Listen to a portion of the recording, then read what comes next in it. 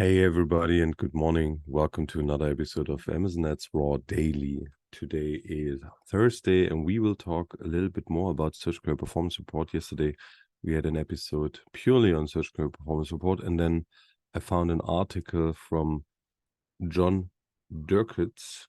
Let me see if I pronounce the name correctly. It's not on here. Well, and it's about search query performance report and two columns in there, John Durkitz. I'll link the blog article in the description so you'll find it too. He talks about something he just recently discovered when looking at search query performance report, and there is columns which give you the 1 day and 2 day speed delivery, and then a count of units or a count of purchases in that speed delivery. And I was actually not aware of what that could mean. What are these two different speed data? And he came across the learning that so there's actually three columns. It's for same day, 1 day, and 2 day shipping speeds.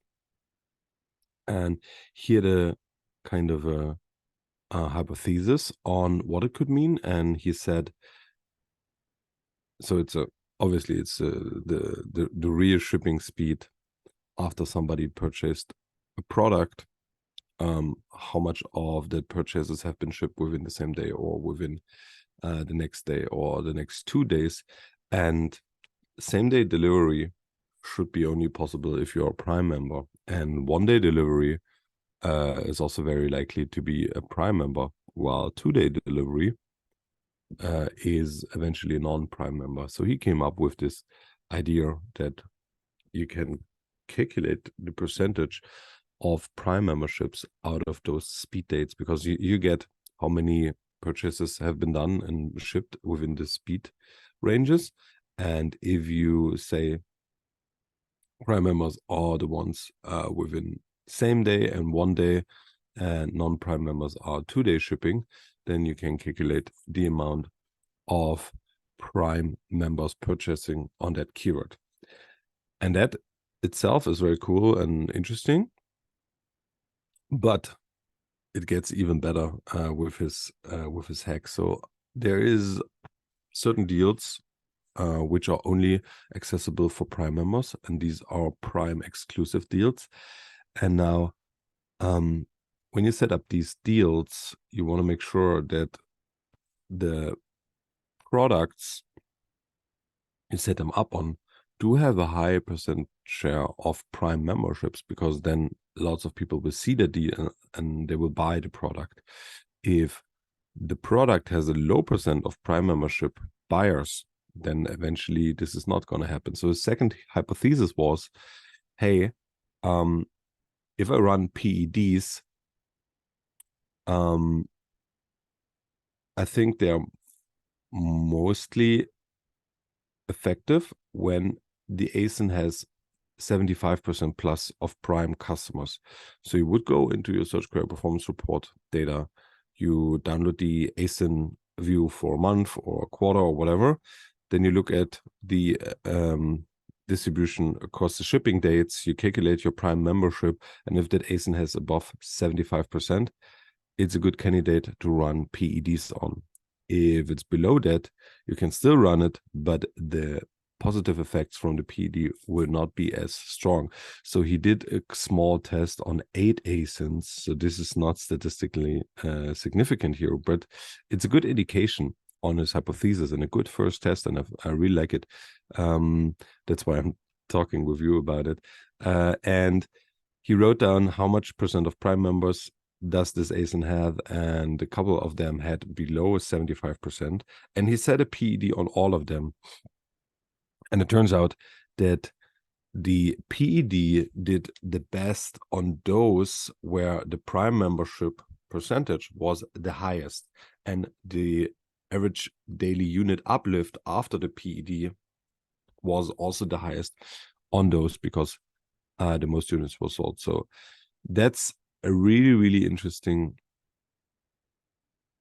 Really, really interesting hack here from John Durkins. I'll link the blog post in our description today, so make sure to check it out and give him some kudos. This is awesome content.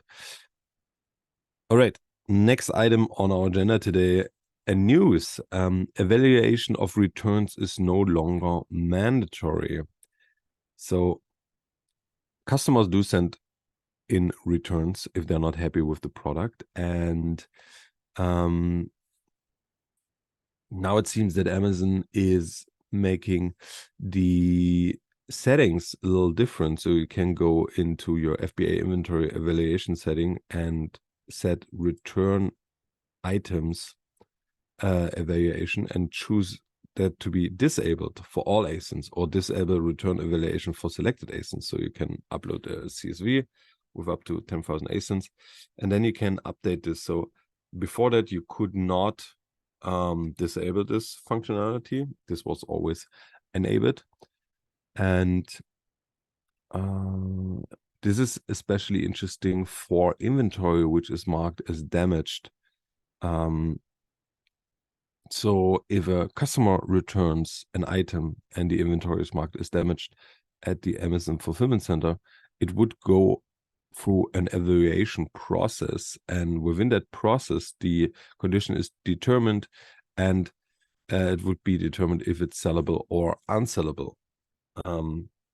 But as you can guess, on millions of items, the evaluation process might not be the best, and sometimes it's not super accurate, and then people would get, if Amazon determines it's okay to sell again and to sell it through the warehouse of Amazon, the warehouse deals, then people could potentially get a damaged product, and then you get reviews on a damaged product. So that's a huge problem. And now you can disable this feature. So you can tell Amazon, hey, please don't do that. And yeah, this should save you some unnecessary bad reviews from coming from this. But obviously you have to check it out in your own situation. But yeah, it's a really, I think, a really, really interesting new development and feature coming in here. All right, quick episode today. Thank you very much for listening. Have a wonderful day. See you and hear you tomorrow. Bye-bye.